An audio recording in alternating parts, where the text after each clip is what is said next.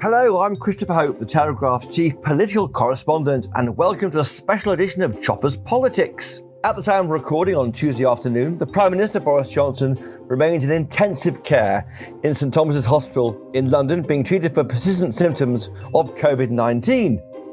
Number 10 spokesman has told us this morning that Boris Johnson is in good spirits after spending the night in hospital. Foreign Secretary Dominic Raab, as First Secretary of State, has taken the reins, although he won't have the hiring and firing powers of the PM, nor will he have the weekly audience with the Queen. So what's it mean for the way the country's being run? I'm joined now by Telegraph's Deputy Political Editor Anna Mikhailova and Tim Stanley, the Telegraph's leader writer. Hello both. Hello. Hello, Chris. Anna, to you first, how is the PM? Well, we've been told that, of course, he is still in intensive care. However, Number 10 said today that he is in good spirits and he's stable.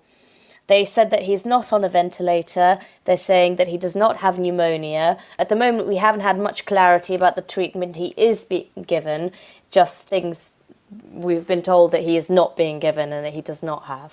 And are we getting a full picture from Number 10, do you think, Anna? Are we hearing the full scale of what's going on? I'm just struck by the way that yesterday Dominic Raab said he was in good spirits at around 5 p.m. when you were quizzing the Foreign Secretary on behalf of the Telegraph at the press conference.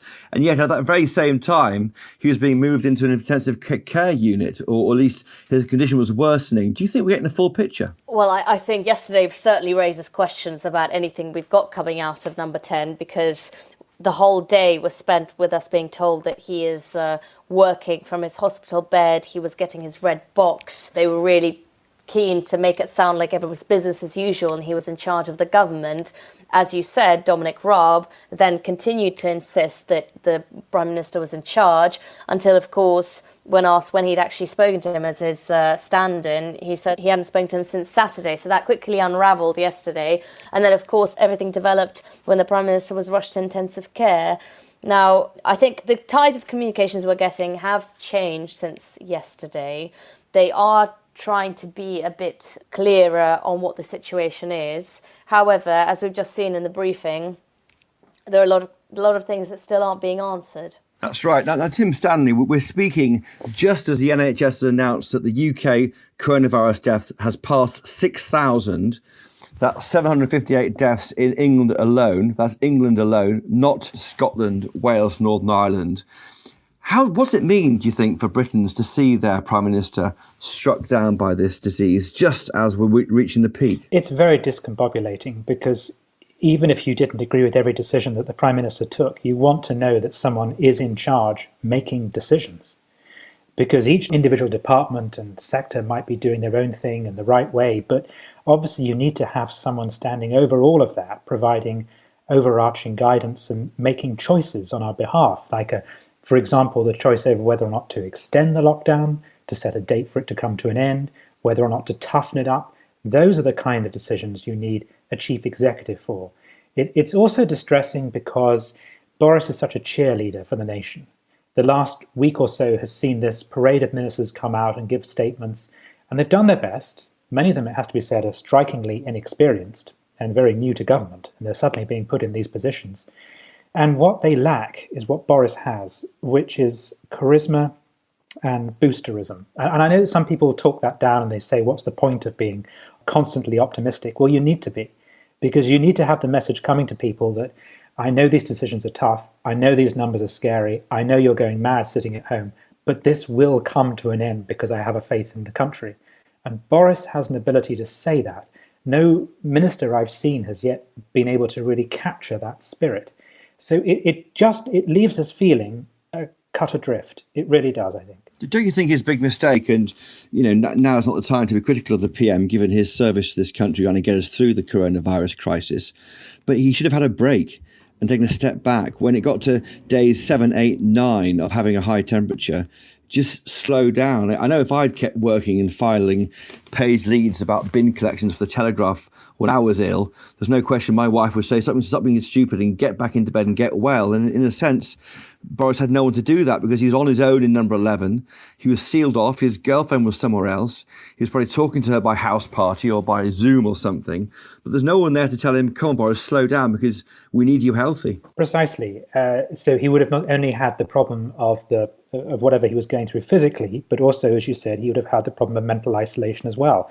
Now, I'm the kind of person who, if I just get a ticklish throat, I fall to pieces and I lock myself up in the house for days on end. Boris is the kind of man who gets through these things and pushes himself through them.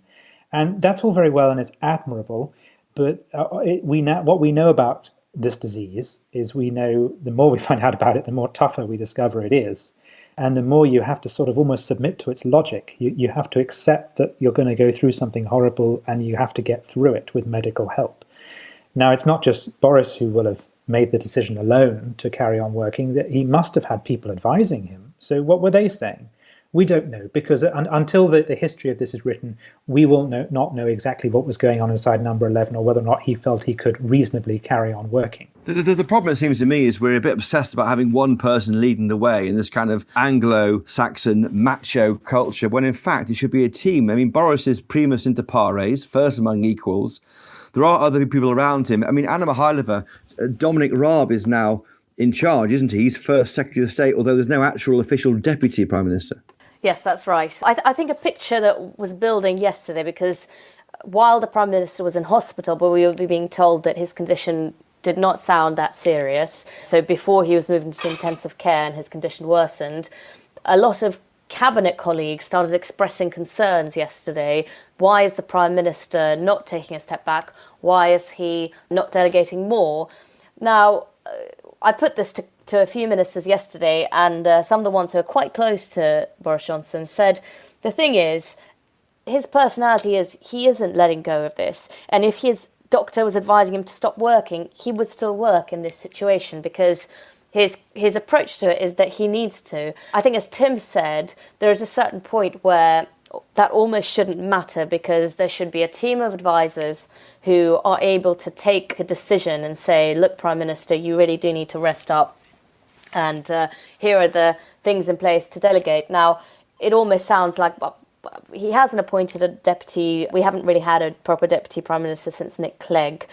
And it does seem like he governs in a way, he takes decisions well and quickly, but he is quite hands-on in them. We've seen it in the move to centralised power away from the Treasury. We've seen it in a number of things. There's consolidation of power in number 10 for the Prime Minister and, of course, his close team. And, whereas until now, in many ways, that has worked well with decisions like, some would argue, HS2 was finally made. In this crisis, of course, someone should have told him to step back.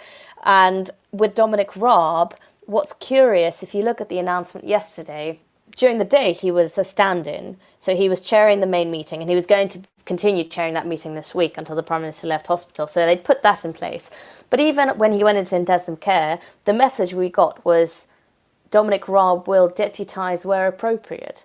Now, the question is, why isn't he just deputising full stop for everything? There's an obsession, isn't there, with the leader and having this Boris Johnson figure as the guy in charge, when really he shouldn't be. No, and the problem is you either do it or you don't. By doing a sort of halfway house, you leave space for these questions. You leave space for questions like Tobias Ellwood, the chair of the Defence Select Committee, straight away this morning said, who is in charge of national security?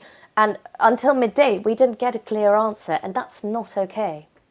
Tim Stanley, isn't the problem here? He's trying to be Winston Churchill, isn't he? He's trying to be the guy, the man. He's written his biography of Churchill. I've got a copy on my shelves here at home. He's trying to be Churchill. Churchill, of course, did get ill twice, but he didn't have to deal with Twitter as well. No, he didn't. And also Churchill had a cabinet of extraordinary talents and people with great experience in government. And this cabinet doesn't quite compare. Everything Anna said is absolutely spot on. Of course, the concentration of power in number 10 has been happening since at least the 1980s.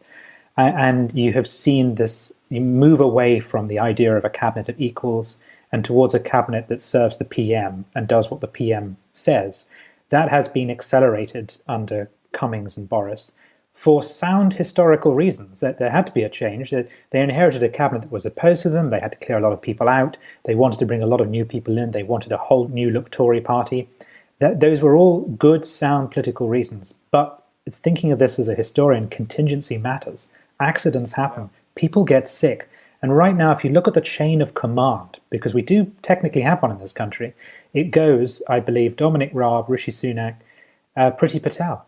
That's not confirmed, actually. We did ask at Lobby this morning who's after Rishi Sunak, and they're going to get back to us on that. So whether it's Therese Coffey or whether it's Priti Patel, we don't know, Tim. Right. Well, Therese Coffey probably has even less experience of government than Priti Patel. It's no comment upon the abilities of those three individuals. It's a comment upon the fact that they've only been in government a matter of months. To be fair to the government, on March 17th, they did set out 4 new committees to coordinate the approach. These govern health, public sector preparedness, economy, and international response. Now, Dominic Raab chairs the international response one. I think the economy was chaired by the PM. The idea was these committees feed into this overall COVID-19 war cabinet that meets at 9:15 each morning.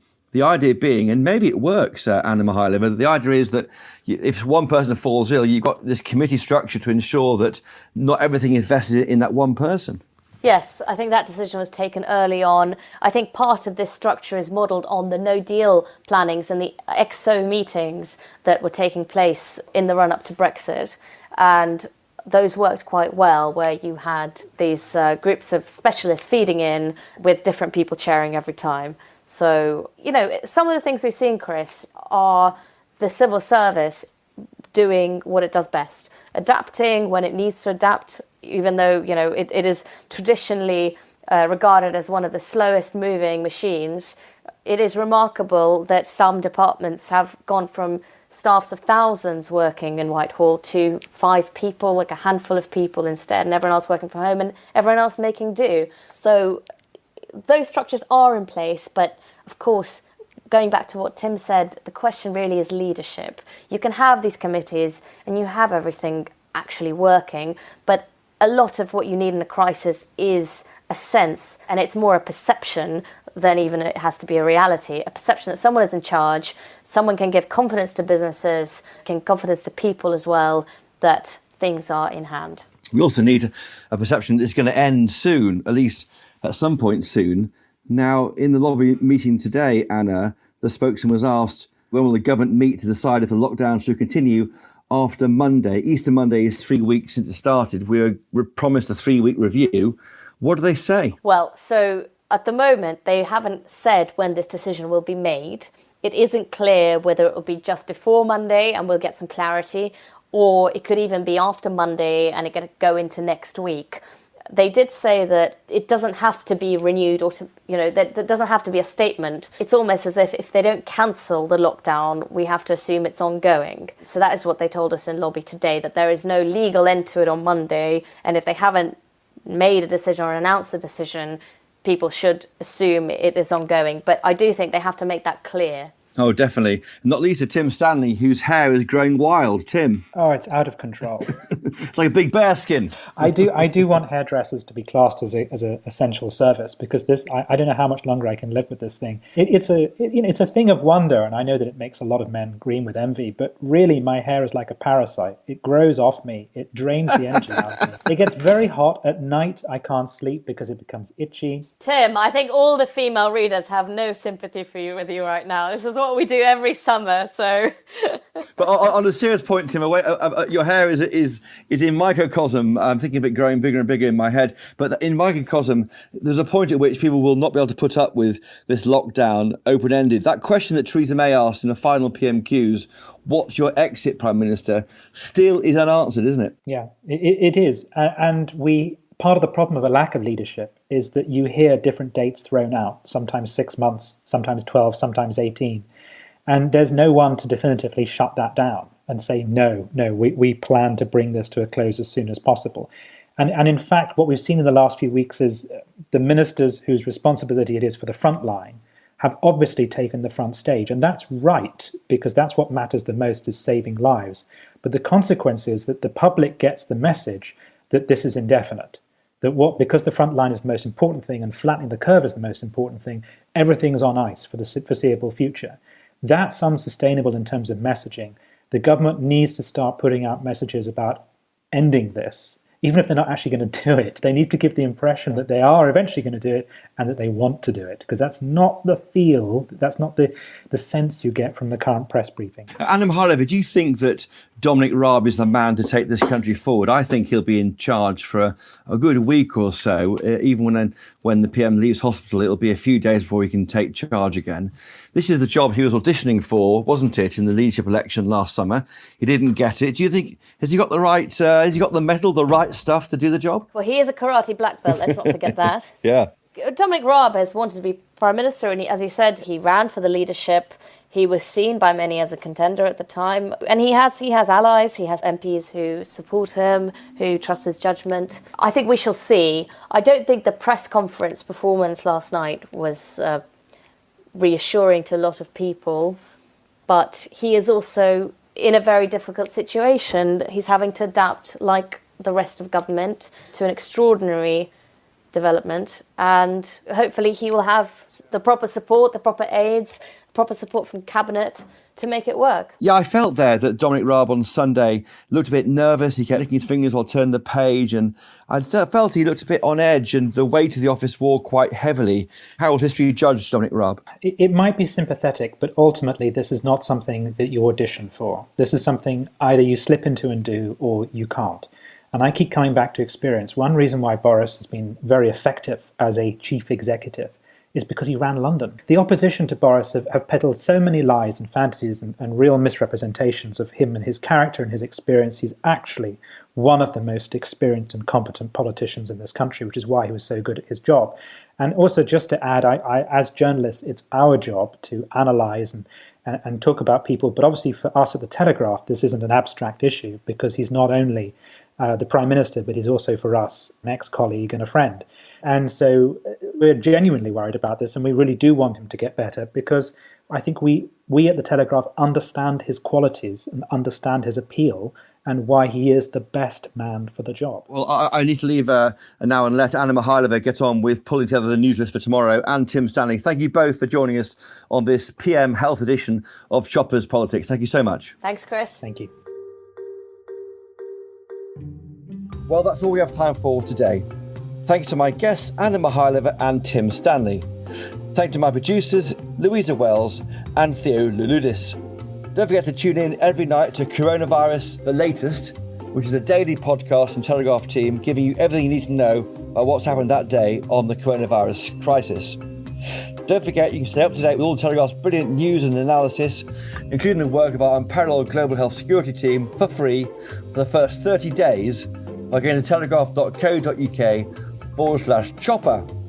If there's something, anything, you wanted to talk to us about, please email us, chopperspolitics@telegraph.co.uk, and follow us on Twitter, if you don't already, @chopperspodcast. And don't forget, always buy your copy of The Telegraph. Until next time, cheerio!